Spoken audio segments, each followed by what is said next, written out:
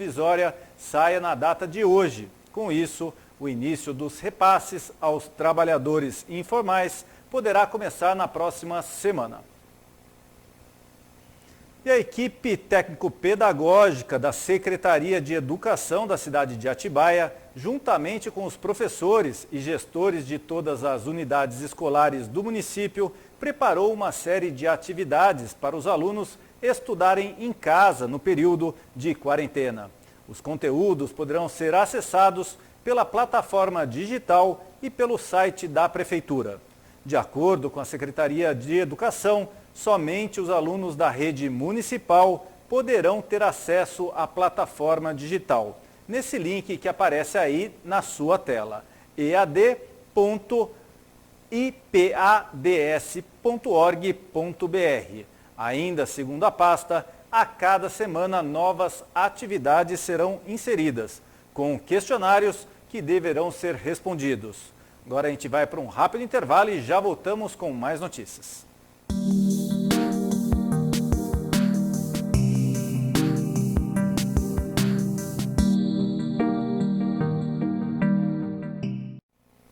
Em Bragança Paulista, a Secretaria de Saúde recebeu a doação de 4.000 frascos de álcool em gel. De acordo com a administração municipal, a nova doação foi realizada pela empresa IP, que se localiza no município de Amparo. Após a análise da Secretaria de Saúde Municipal, ficou determinado que os frascos serão distribuídos para os serviços de saúde da cidade, como os UPAs, Bom Jesus e também o da Vila Davi. Também lá no Complexo Hospitalar Santa Casa e no Hospital Universitário São Francisco. Também serão contemplados com essa doação os asilos da cidade, além do velório municipal e residência, inclusive além das secretarias de serviços de ação e desenvolvimento social. Ainda falando no município de Bragança Paulista, a secretária de Saúde, Marina de Oliveira, atualizou o quadro do Covid-19 no município na manhã desta quinta-feira. Vamos falar um pouco então sobre os casos que temos em Bragança Paulista. Aqui nós estamos com 80 casos notificados. Desses 80 casos, 17 casos foram descartados, que somam 21% desses casos que tivemos de notificação. E 15%, que é exatamente 15 pessoas, foram consideradas, foram com diagnóstico positivo para a Covid. O restante, 48, continuam em investigação. Hoje, em leito de terapia intensiva, UTI, eu tenho 12 pessoas.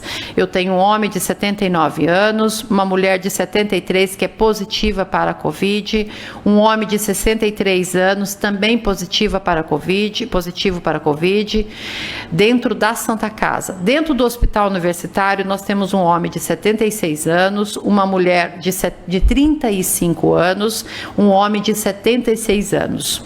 No Hospital Bragantino, que nós compramos leitos e ontem fomos obrigados a comprar mais um, porque tivemos mais um caso que necessitou de leito, nós temos um homem de 54 anos, positivo para a Covid, uma mulher de 61, uma outra mulher de 52, uma mulher de 66 positiva para a Covid, uma mulher de 44 anos também positiva para a Covid. E temos no Hospital Novo Atibaia um homem de 43 anos que é suspeito ainda. Porque está lá em Atibaia? Ele é de Bragança, mas ele foi atendido e ficou lá no hospital, está sendo tratado lá.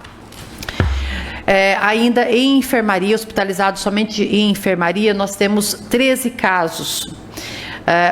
São 11 dentro da Santa Casa, um no Hospital Bragantino e um no Novo Atibaia, que também está lá internado.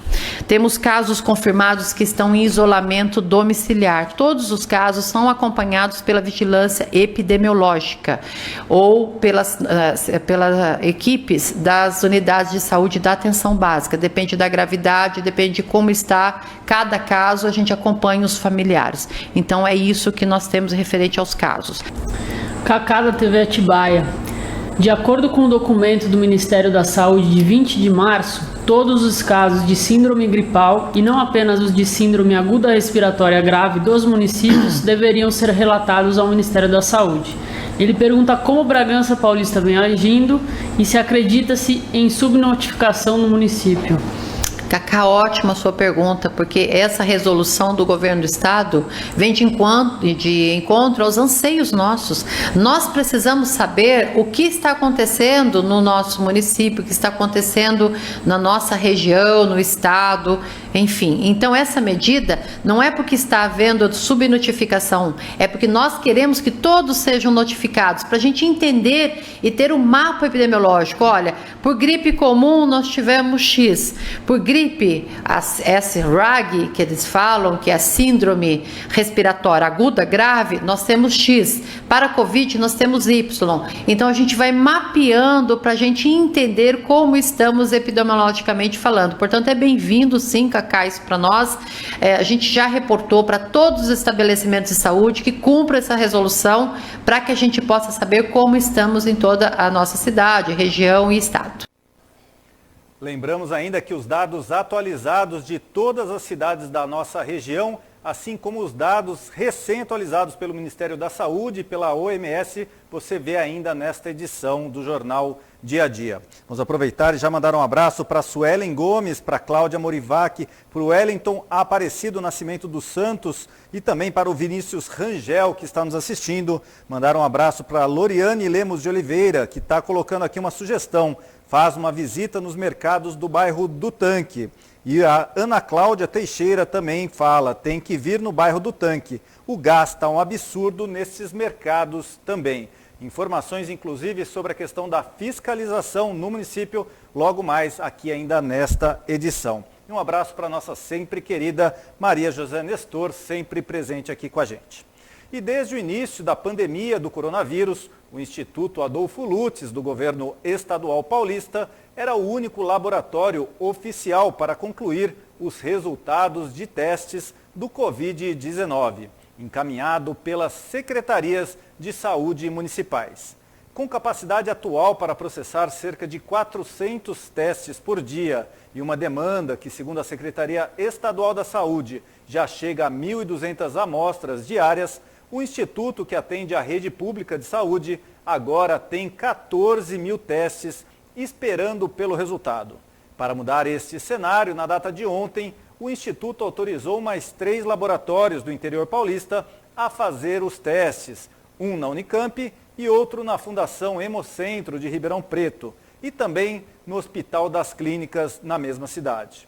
Outra alternativa que o governo estadual buscou para resolver essa situação foi a instalação de um novo laboratório no Instituto Butantan. Desde o dia 25 de março, o local recebeu uma pipetadora, é isso? Desculpa, gente, uma pipetadora e equipamentos de extração do RNA do vírus e do RT-PCR automatizados. O Butantan também já adquiriu os primeiros lotes de reagentes necessários para a realização dos exames e está implementando um software de rastreabilidade de amostras. O Instituto Butantan aguardava há uma semana a certificação para começar a realizar os testes para o diagnóstico do coronavírus. De acordo com o diretor do Instituto, Tadeu Covas, a expectativa é que os testes comecem a ser feitos a partir desta sexta-feira, 3 de abril. Agora a gente confere como fica o tempo para esta sexta-feira em Atibaia.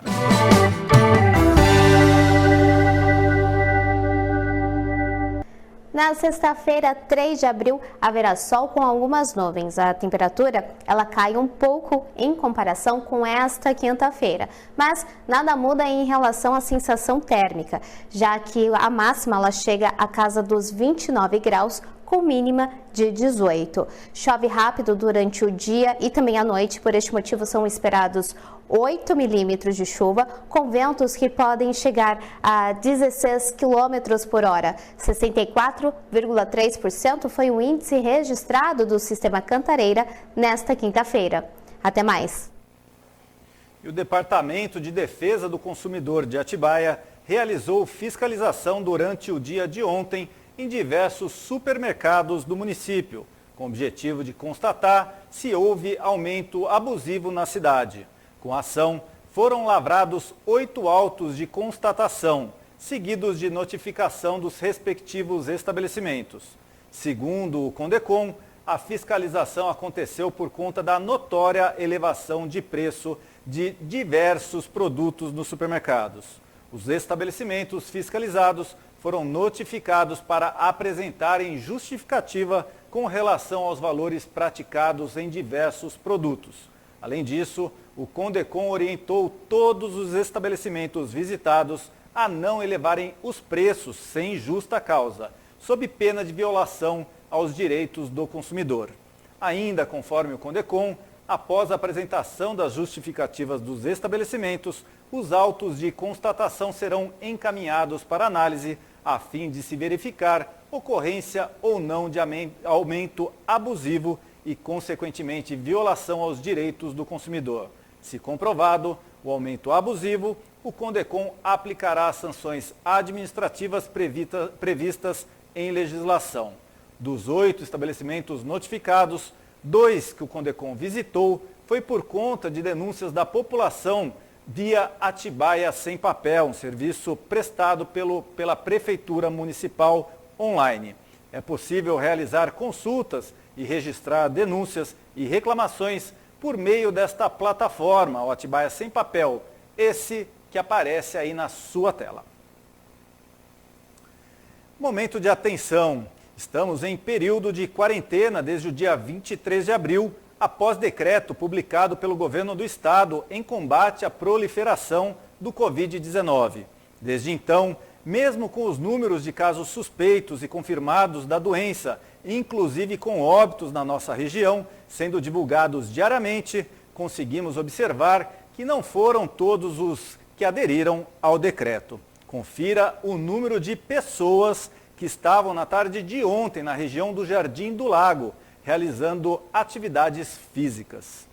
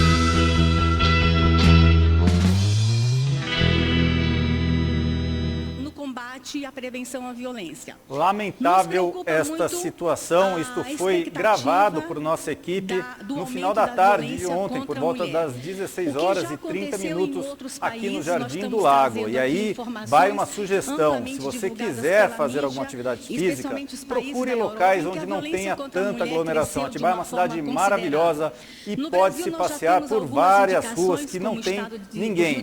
A questão da segurança deve ser uma preocupação. Vamos agora estabelecer um contato direto com o Palácio do Planalto, onde neste momento está ocorrendo a coletiva de imprensa do Ministério, de vários ministérios, que está nesse momento ocorrendo então em Brasília. Vamos direto para lá. Foi o aumento de 50%. Nós temos aí que considerar que o Rio de Janeiro sai na frente com a ocorrência do boletim de ocorrência de forma online. Então nós estamos considerando que as mulheres do Rio de Janeiro estão tendo a facilidade de informar a violência de forma online. Em outros estados, a violência não tem crescido desta forma, porque a mulher está dentro de casa, possivelmente com o agressor, não tem como sair para denunciar e não tem como usar o telefone para fazer a denúncia. Mas nós já temos indicações, por meio do Ligue 180, de que a violência contra a mulher no Brasil está crescendo. O nosso 180, conforme relatório passado, da semana passada, o aumento foi de 9%. Preocupado com a forma como a mulher está notificando a violência, o governo federal está apresentando um aplicativo. O nosso Ligue 180 agora está em forma de aplicativo, que já está nas lojas hoje, em mais 2 dias disponível para todo o Brasil, no sistema Android e iOS, em que todas as mulheres poderão fazer a sua denúncia por meio de um aplicativo. Não só a violência contra a mulher, mas também o nosso Disque 100, todos os tipos de violação de direito nesse período poderá ser feito em forma de um aplicativo. Violência contra a criança, abuso sexual, exploração sexual, violência contra a pessoa com deficiência, povos tradicionais, comunidade LGBTI, todo tipo de violação de direito poderá ser feito agora em forma de aplicativo. Acreditamos que dessa forma, a pessoa mesmo dentro de casa poderá ir para um cantinho, para um quarto, para o banheiro e poderá, mesmo estando sob o mesmo teto da pessoa agressora, poderá dessa forma também fazer a sua ocorrência de violação de direitos. E aqui a gente quer aproveitar os canais abertos, todo mundo aqui passando essas informações e pedir, fazer um apelo a todo cidadão que exerça o seu papel de cidadão. Em caso de suspeita de violação de direitos neste período, em caso de suspeita de violência, por favor, denuncie. O Ministério garante o sigilo e garante o anonimato ao denunciante. O que nós não podemos deixar é de denunciar. Os nossos canais foram ampliados para o recebimento de denúncias. Inclusive, o nosso canal Disque 100 hoje, ele consegue receber denúncia de 50 países diferentes. E, nesse sentido, o canal Disque 100 está colaborando com o Ministério das Relações Exteriores também para acolher pedidos de socorro de brasileiros que estão fora do Brasil, neste momento, precisando de acolhimento, precisando ser acolhidos e serem atendidos. Então, está aqui o nosso pedido. Em caso de suspeita de violação de direitos, de violência, ou até mesmo pedido de socorro, a Ouvidoria de Direitos Humanos está oferecendo para o Brasil 24 horas por dia, todos os dias da semana. Os canais foram ampliados, tanto por meio do nosso site, que está no ar a partir de hoje, amanhã, a partir daqui 2 dias, por meio de aplicativo e por meio de telefone, Disque 100 e o Ligue 180. Dessa forma, o nosso Ministério colabora com o Brasil, colabora com todos, recebendo denúncia, e não só denúncia, pedido de socorro. Quero aqui destacar a parceria de algumas instituições que têm nos ajudado muito. Com relação aos brasileiros que estão fora do Brasil, quero destacar aqui a nossa parceria com as instituições religiosas. Nós tivemos parcerias extremamente preciosas, especialmente no país Portugal, em que brasileiros que estavam na fila de aeroportos, nas ruas, por meio do nosso Disque 100, fizemos contato com instituições brasileiras religiosas que estavam em Portugal e os nossos brasileiros foram acolhidos por alguns dias. Alguns ainda estão acolhidos. Dessa forma, o Ministério, em parceria com o Ministério de Relações Exteriores e Ministério do Turismo, tem acolhido os brasileiros fora do Brasil, dando assim a nossa colaboração. No Disque 100, estamos muito preocupados também que o abuso sexual de criança cresça neste período. É também notícias que já estão vindo lá de fora, que a pedofilia, o abuso sexual cresça nesse período. Também o Disque 100 está disponível para a gente estar recebendo todas as informações e violência contra a criança neste período. Para proteger as nossas crianças, o que mais nós estamos fazendo? É notícia, todos os senhores sabem, que acidente doméstico acontece no Brasil. Mais de 2.000 crianças morrem por ano no Brasil por causa de acidente doméstico. O Ministério, neste momento, está apresentando para o Brasil uma cartilha de prevenção de acidentes domésticos. Nós estamos temendo que neste período, em que as crianças estão um período muito grande dentro de casa, brincando o tempo todo dentro de casa, nós estamos temendo que tenha um número maior também de acidentes domésticos. E nós estamos chamando a atenção, inclusive, dos pais, em casas que têm piscina, um cuidado redobrado com as crianças nesse período por conta dos acidentes domésticos. A partir de amanhã vai estar em nosso site uma cartilha de prevenção ao acidente doméstico com criança e também com idosos. Uma preocupação muito grande nossa nesse período com acidentes domésticos com idosos e com crianças. Também para a proteção das crianças. Hoje, nós tivemos reunião com o Conselho Nacional de Justiça, o Ministério Público, para que os programas de apadrinhamento e famílias acolhedoras que já existem sejam incrementados. As pessoas que estão inscritas em programas de apadrinhamentos e famílias acolhedoras, que essas pessoas voltem para esses programas, as que já estão cadastradas, para que crianças que estão em abrigo sejam acolhidas por famílias acolhedoras, para a gente desafogar um pouco os abrigos, que essas crianças possam ter neste momento a oportunidade de estarem em famílias acolhedoras. Inúmeras iniciativas o nosso Ministério está tomando para a proteção da criança neste momento. Estamos também trabalhando com um foco voltado para os povos tradicionais. Nosso Ministério está falando direto com os povos ciganos no Brasil. Vamos lembrar que nós temos em torno de 1.200 ciganos no Brasil. Os ciganos são povos nômades. O Ministério tem conversado diretamente com eles nesse momento, pedindo aos nossos irmãos ciganos que não saiam da onde estão, que fiquem com seus acampamentos fixos nas cidades aonde estão, que falem diretamente com o nosso Ministério em caso de suspeita, que falem conosco. Nós vamos estar ajudando os nossos irmãos ciganos. Neste momento temos uma força-tarefa na nossa Secretaria de Proteção, na nossa Secretaria de Promoção da Igualdade Racial. Bom, voltamos agora para os nossos estúdios. Logo mais, quem deve se pronunciar na coletiva de hoje é o ministro da Saúde, Mandetta, e quando ele começar a gente retorna para Brasília. Vamos continuar com as nossas notícias aqui de Atibaia região.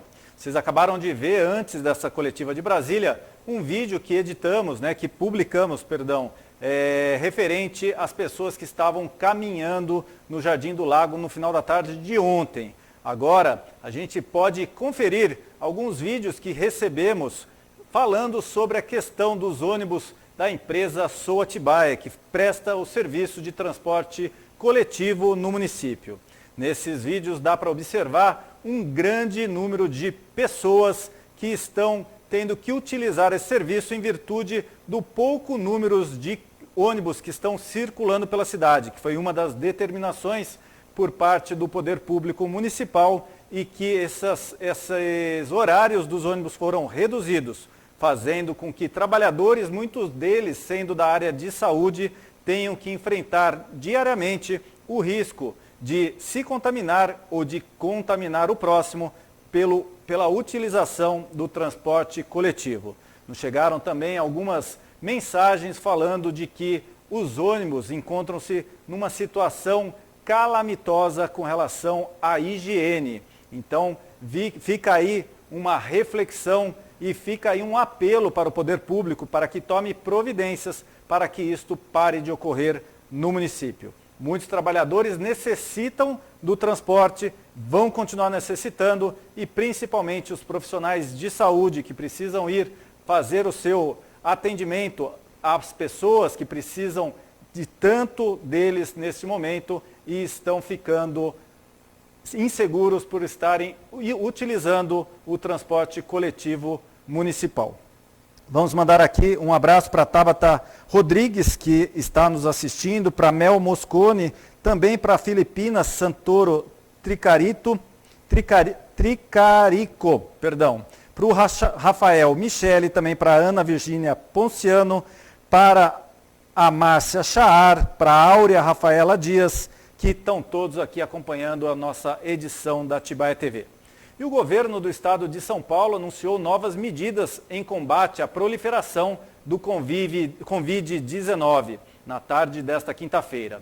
A partir de amanhã, sexta-feira, os presos das penitenciárias de Tremembé, Tupi Paulista, Andradina, Araraquara e Itaí passarão a produzir 50 mil máscaras por dia. De acordo com o governador João Dória, a cada 3 dias de trabalhos realizados pelos detentos, diminui um dia da sua pena. Anúncios do governo do estado de São Paulo no dia de hoje. Crédito suplementar para o atendimento ao microcrédito, aos microempreendedores. Nós já tínhamos definido e anunciado aqui, todos sabem, e o Bruno Covas esteve presente nesta oportunidade no início da semana passada, destinamos R$500 bilhão para créditos através do Banco do Povo do Estado de São Paulo e do Banco Desenvolve São Paulo. Agora estamos adicionando mais R$150 milhões. No total, 650 milhões de oferta de microcrédito durante a crise do coronavírus.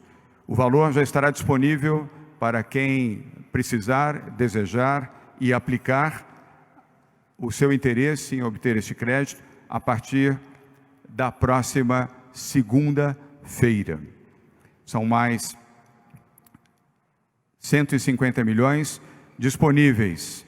Banco do Povo, 100 milhões. E 50 milhões agregados pelo Sebrae São Paulo. O Sebrae tem sido um grande parceiro no estado de São Paulo, através da sua unidade aqui em São Paulo. Volto a agradecer ao Tirso Meirelles, presidente do Conselho do Sebrae, também ao Sebrae Nacional, ao Carlos Melles e ao Wilson Poit, superintendente do Sebrae em São Paulo. Temos, portanto, 650 milhões de reais destinados ao crédito daqueles que mais precisam no âmbito do microempreendedorismo. Com isso, o prazo para pagamento passou também de 24 para 36 meses. Carência de 90 dias, nenhum pagamento nos primeiros 3 meses. Pedidos de concessão de crédito sem avalista passam de R$1.000 para R$3.000. Até R$3.000 não é preciso aval nenhum e o crédito sai no mesmo dia. Solicitado pela manhã, à tarde ele é disponibilizado. E a prorrogação também do prazo de pagamento das parcelas vigentes passou de 30 para 60 dias. São medidas de ordem econômica para apoiar microempreendedores em todos os setores da nossa economia: serviços, comércio, indústria, tecnologia, educação e todos os outros que estão dentro deste patamar de microempresas. Segundo informe, nós aumentamos a capacidade de confecção de máscaras no sistema prisional de São Paulo. São Paulo foi o primeiro estado do país a definir no seu sistema prisional a confecção de máscaras. Nós ampliamos agora para 50 mil máscaras por dia e a produção vai chegar a 4 milhões de unidades. O sistema prisional de São Paulo já produz há muitos anos confecção desde bolas esportivas até roupas e uniformes. Portanto, não foi difícil orientar e virar a chave para a produção de máscaras. E também vale aqui o registro do trabalho daqueles que atuam no sistema prisional em São Paulo. aqueles que são agentes prisionais, o secretário do sistema prisional que está aqui presente, o Coronel Nivaldo, e também os que estão cumprindo sentença, pois cumprindo sentença e confeccionando máscaras, eles estão a cada 3 dias de trabalho, reduzindo 1 dia na sua sentença, e estão ajudando a salvar vidas. É um dos maiores problemas, não só do Brasil, como de outras nações do mundo, é a obtenção de EPIs, equipamentos de proteção individual. Há uma falta de equipamentos no mundo. O sistema prisional começa a produzir, já a partir de amanhã, nos 3 presídios de Tremembé, Tupi Paulista, Andradina, Araraquara e Itaí, este novo volume de máscaras para o atendimento ao sistema de saúde pública, é a prioridade, o próprio sistema prisional, obviamente, no plano sanitário e de proteção, e segurança pública. Então vamos falar agora de uma iniciativa que está tendo aqui no município de Atibaia. O Dolly Almeida, que está nesse momento com dificuldade para trabalhar, trouxe para o município este kit adesivo protetor para maçaneta automotiva. Então vamos dar uma força aí para o Dolly. Ele, inclusive, pode entrar em contato com ele aí neste telefone que aparece na sua tela, e é um kit de adesivo para proteger contra arranhões de anéis, chave, aliança, enfim, ali na fechadura, na maçaneta do seu carro. Então, qualquer coisa, entre em contato com o Dolly aí, vamos ajudar pessoas que tenham tido estas iniciativas, e se você também está tendo alguma iniciativa para enfrentar financeiramente essa questão do Covid-19, manda para a gente, que a gente fala aqui no dia a dia. É uma forma que a gente tem de poder ajudar todos que estão tomando iniciativas necessárias para o sustento de suas famílias. Vamos também, então, agora para falar, sobre a questão. Eu vou pedir para a produção, que eu estou com problema no TP aqui, então, enquanto isso, eu converso com o pessoal que fala com a gente aqui na tela. Por favor, produção.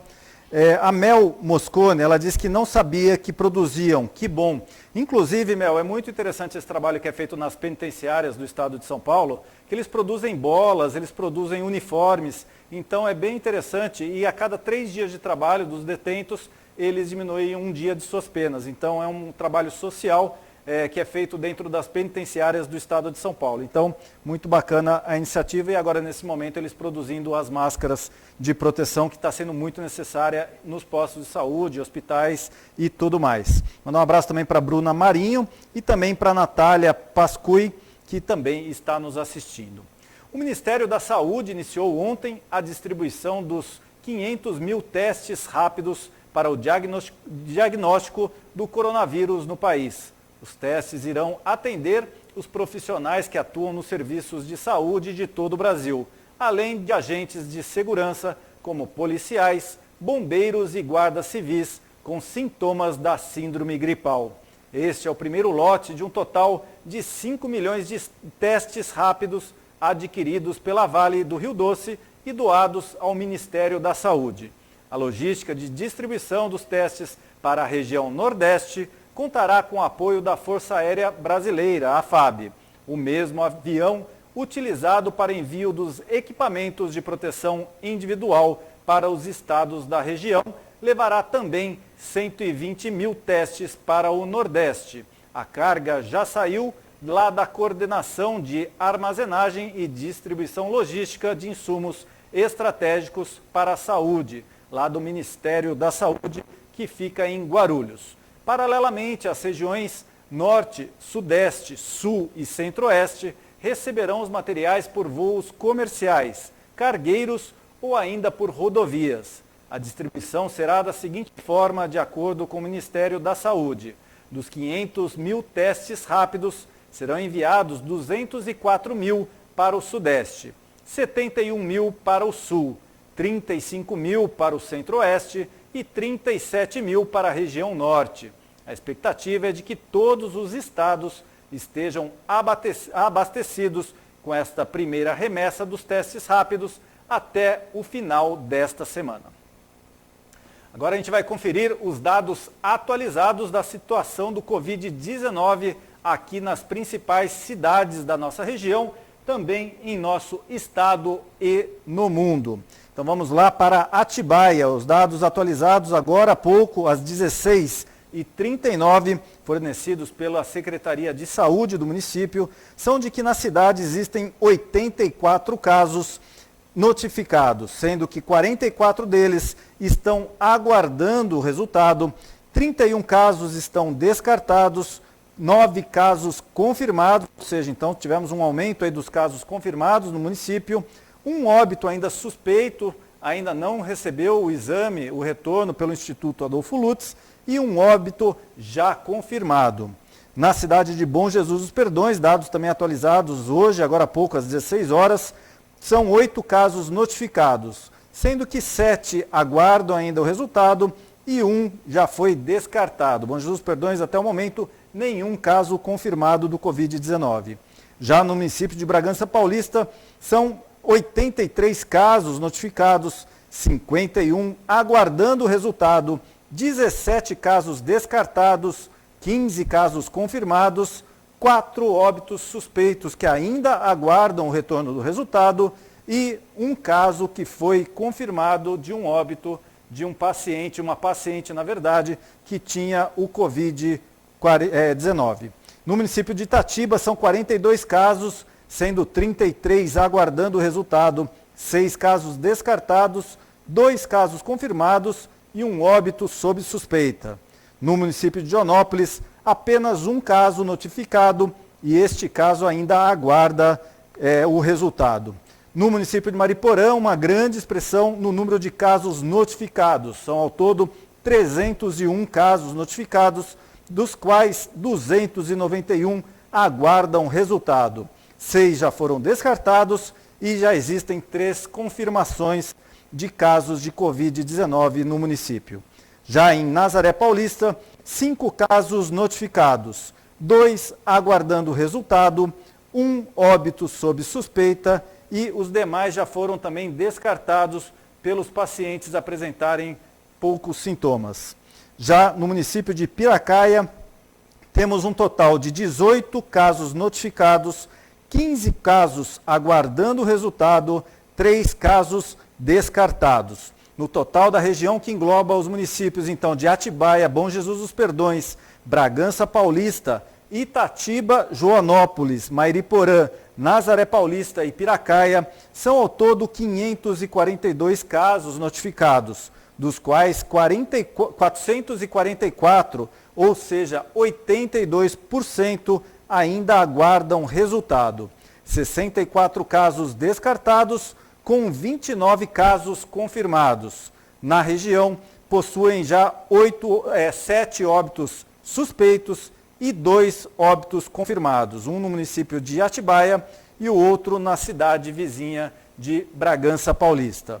Com relação ao estado de São Paulo, dados atualizados pelo Ministério da Saúde, agora às 17 horas deste dia 2 de abril, são ao todo 3.506 casos, um aumento de 515 casos com relação ao dia anterior, dia 1º de abril. Já a questão de óbitos no estado de São Paulo, agora foram para 188 casos, um aumento de 24 casos com relação à data de ontem. No país, também dados atualizados no dia 2 de abril, às 17 horas pelo Ministério da Saúde, são 7.910 casos, um aumento de 1.074 casos a mais do que ontem. Com relação aos óbitos, 299 casos, que subiu 59 casos com relação à data do dia 1º de abril. Já a nível mundial, dados fornecidos pela OMS, são até o momento 900.306 casos confirmados. Ao todo, 72.887 casos a mais do que a data anterior. E com relação aos óbitos no mundo, já somam 45.693 casos, um aumento de 4.916. Agora a gente dá um pulo novamente para Brasília, onde o ministro da Saúde, Mandetta, irá se pronunciar na data de hoje, sobre a questão do Covid-19. Prima, máquinas e rodagem com 15 dias, com 20 dias, com 30 dias. Às vezes isso leva um bom tempo para se fazer. Então, agora que o mercado chinês volta a produzir, ele tem que repor todo o estoque que deixou de ser utilizado nos primeiros 45 dias que ele não vendeu e mais repor o mercado. Nós ainda conseguimos, fomos um dos últimos países que conseguiu adquirir 40 milhões de unidades logo ali no apagar das luzes da interrupção do abastecimento. A compra de EPIs também firmamos contrato, também aguardamos para 30 dias de 200 milhões de unidades, vamos ver que vai se comportar. E nós estamos, a partir de hoje, também no intuito de manter toda a transparência dos fatos, a partir de hoje no site do saude.gov.br/coronavírus, tem ali um ícone que você clica e você acompanha tudo que a União já remeteu, estado por estado, da federação de itemização que foi entregue. Porque tem muito governador, tem muito estado que às vezes fala, não recebi, eu recebi isso ou aquilo, então nós vamos abrir tudo. Nós vamos abrir 100% das informações para que vocês possam checar e ajudar a checar também lá na ponta. Esse final de semana teve estado pedindo para não mandar porque não tinha onde colocar. Eles estão super abastecidos com uma grande quantidade de itens e tem alguns que nós temos dificuldades.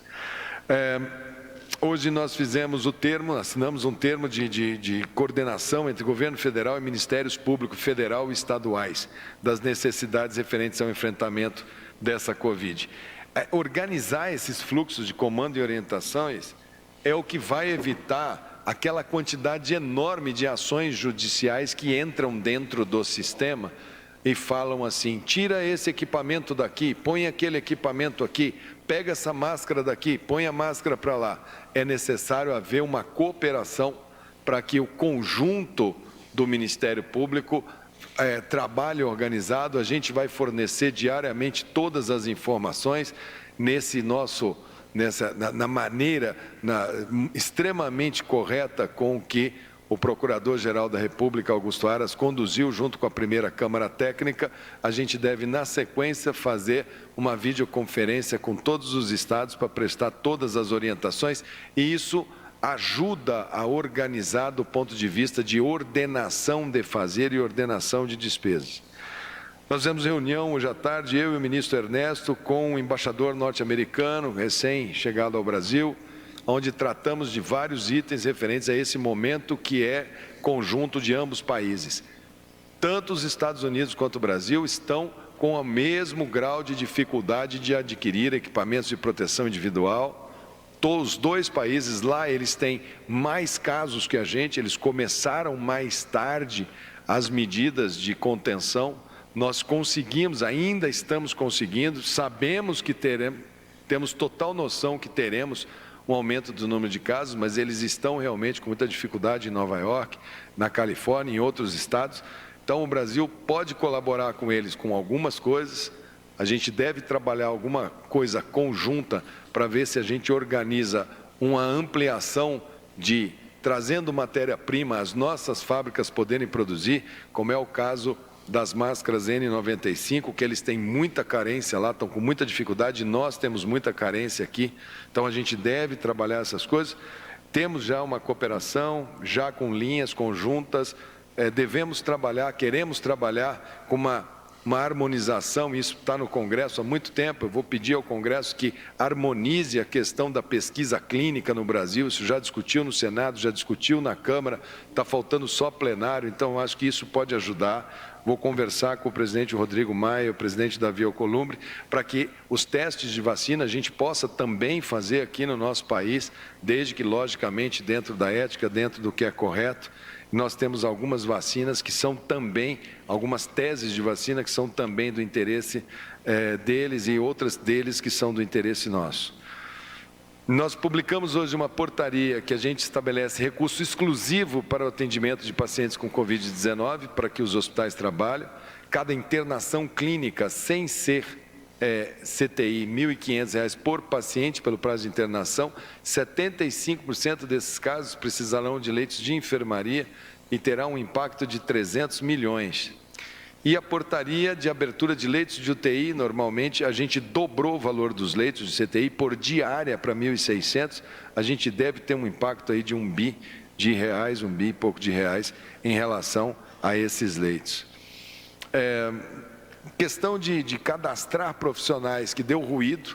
Eu vi aqui que o Conselho Regional de Medicina do Rio de Janeiro entrou na Justiça, né, e algumas pessoas estão agoniadas, porque nós abrimos um cadastro de profissionais para que, se necessitar, se eles têm disponibilidade de falar, olha, eu sou aqui de Mato Grosso do Sul, sou médico, sou intensivista e tenho disponibilidade de sair daqui a qualquer hora para atender em Santa Catarina, para atender no Rio. Nós estamos começando a construir com aqueles que têm disponibilidade, com aqueles que querem enfrentar de peito aberto e irem para os estados para reforçar equipes médicas no Brasil. Nós não vamos ter uma epidemia ao mesmo tempo em todo o território nacional. Então, a gente pode precisar levar médicos e enfermeiros de um estado para outro. Isso faz parte dos nossos exercícios e nós abrimos nessa portaria o cadastro.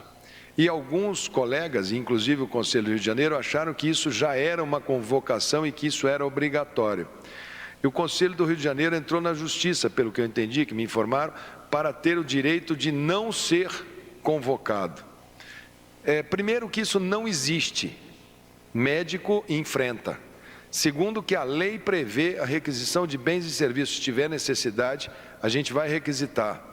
E terceiro, é que eu me lembro bem que quando teve uma epidemia de dengue no Rio de Janeiro, acho que foi 2007, me chamaram, eu era um secretário de um estado, eu já tinha enfrentado muito bem uma grande epidemia, e novamente naquela época teve problema com falta de médicos.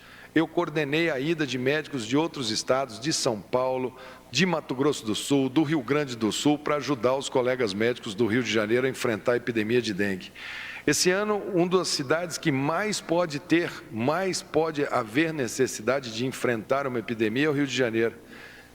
E deixar muito claro que essa não é a posição dos médicos brasileiros. Se o Rio de Janeiro precisar, o CREMERG do Rio de Janeiro pode solicitar, que tenho certeza que nós, médicos de outros estados do Brasil, saberemos atender o Rio de Janeiro. Não há necessidade de fazer ação judicial.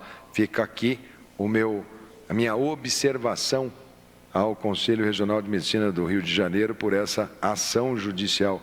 E se tiver necessidade, nós iremos convocar sim, mas por enquanto não há não. Por enquanto nós queremos um cadastro para saber quem são aqueles que têm disponibilidade, que querem, que vão. Não é só médico, é para enfermeiro, é para psicólogo, é para fisioterapeuta, gente que pode ter, se eu já tenho imunidade garantida, por que não ir ajudar o outro estado? Por que não ir ao Rio Grande do Sul? Por que não ir ao Sergipe? Por que não ir ao Rio de Janeiro? Por que não trabalhar? Por que não salvar vidas? Então, isso vamos deixar muito claro aqui, que isso é para ficar muito bem esclarecido. Então, esse cadastro a gente vai cadastrando, são cadastros para atuar em todo o país no combate ao coronavírus e vamos auxiliar os gestores do SUS nas ações de enfrentamento. A gente prefere trabalhar com aqueles que podem e se predispõem a trabalhar do que ter que convocar. Nós vamos durar essa medida enquanto a emergência de saúde pública permanecer. As máscaras de pano, teve muito questionamento, a gente já colocou, está no site do Ministério, o pano, o tecido, existe o TNT, que é o tecido não tecido, que pode ser usado por qualquer pessoa, e existe a máscara de tecido de pano, que é barreira mecânica, que a gente fala duplada, duas faces, e que ela faz uma barreira mecânica tão boa quanto a máscara papel, e ela só tem, a diferença é que ela tem que ser lavada pelo próprio indivíduo, então tem ali a orientação de como que se lava, como é que se faz isso, para que se possa manter cada um com o seu autocuidado. O painel de leitos e insumos, eu já falei, sendo lançado hoje.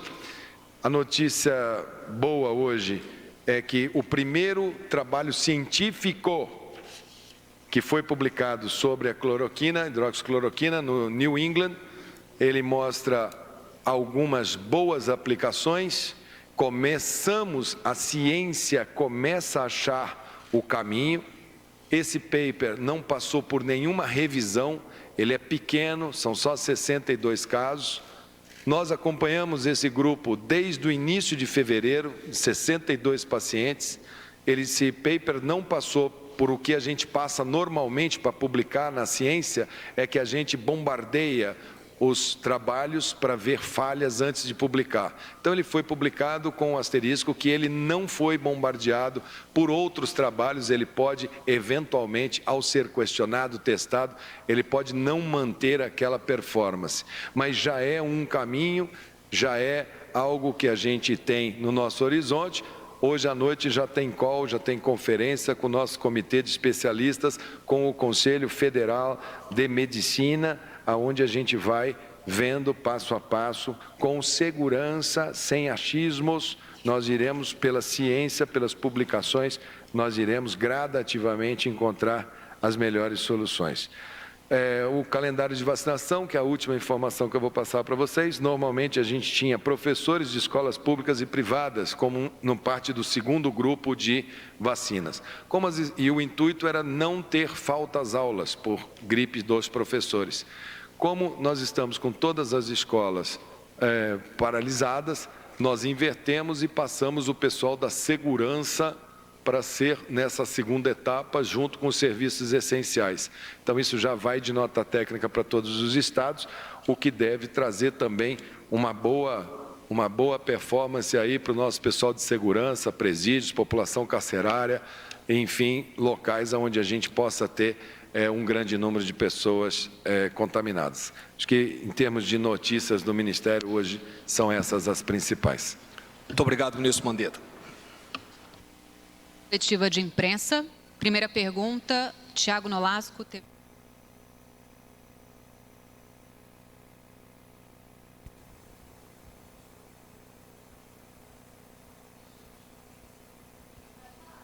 Então, estamos de volta agora que pudemos ouvir o pronunciamento do ministro da Saúde. Vamos também terminar a nossa edição, mas antes gostaríamos de dar algumas informações. Acabamos de receber uma informação da Secretaria de Saúde aqui do município de Atibaia, numa nota que vou ler aqui para vocês. As unidades de saúde da rede municipal passam, a partir desta sexta-feira, dia 3, a realizar o atendimento dos pacientes com sintomas de coronavírus em horário normal, de segunda a sexta-feira, das 7 às 16 horas. A medida foi tomada pela Secretaria de Saúde de Atibaia em função da baixíssima demanda nos horários ampliados. Pacientes com sintomas de coronavírus que necessitem de atendimento após as 16 horas devem se dirigir à Santa Casa, no centro, ou à UPA Cerejeiras. Por 16 dias, o plano de contingência da Prefeitura determinou que 4 unidades de saúde atendessem em horário ampliado os casos de suspeita de coronavírus. Desde o dia 18 de março, a UBS Centro, Dr. Oswaldo Passiti, e da Unidade de Saúde e Família Cerejeiras, Pedro Maturana, atenderam 24 horas, e a UBS Portão, Majuca Macedo, e a UBS Tanque, Maria Anunciação Capo de Ferro, funcionaram até a 1 hora de segunda a sexta-feira. Portanto, então, a partir de amanhã, sexta-feira, os postos de saúde do município voltam a atender em horário normal, das 7 às 16 horas. Quem tiver após esses horários algum sintoma do coronavírus deve procurar a Santa Casa na região central ou o UPA Cerejeiras. Então, essa informação válida para o município de Atibaia. Queria agradecer, então, a participação da Isadora Wiener, que também está, inclusive, parabéns pelas informações. Estou em casa, mas sempre atualizada, graças à Atibaia TV. A Edna Pereira, que colocou uma observação de que este é o dado, os dados que a gente passou de toda a região, que era do dia 1º, da data de ontem. Alguns municípios, Edna, eles estão atualizando agora no final da tarde, depois das 19 horas, tem município atualizando até as 21 horas. Então, a gente adotou que todo dia a gente entra com o jornal com o máximo de atualizações possíveis. Por isso que a gente colocou a data da atualização na própria tela. Então, tem informações que foram atualizadas agora há pouco, inclusive às 17 horas, e outras que não a gente utiliza do dia anterior. Então, a Mel Moscone está, inclusive, dando parabéns aos médicos com certeza médicos, enfermeiros, todos que trabalham nos ambientes hospitalares, assim como também motoristas de ônibus que estão trabalhando, policiais, enfim, tem uma classe enorme de pessoas que estão no dia a dia aí se empenhando para trazer possibilidade de, caso a gente necessite, ter um socorro médico e uma atenção hospitalar. Queria também mandar um abraço para Rosa Moraes, que está falando que a gente agradeço a atenção que vocês sempre tiveram com a gente. Muito obrigado, Rosa. E vamos todos acompanhando as notícias do que está tendo no Brasil, na cidade, no mundo, aqui na Atibaia TV. Para encerrar a edição desta quinta-feira, com um pouquinho de animação e uma mensagem positiva, fiquem todos com Deus e até amanhã. Vamos assistir um vídeo que preparamos, que recebemos, na verdade, achamos muito bacana e vamos compartilhar eles com vocês neste momento. Boa noite e até amanhã.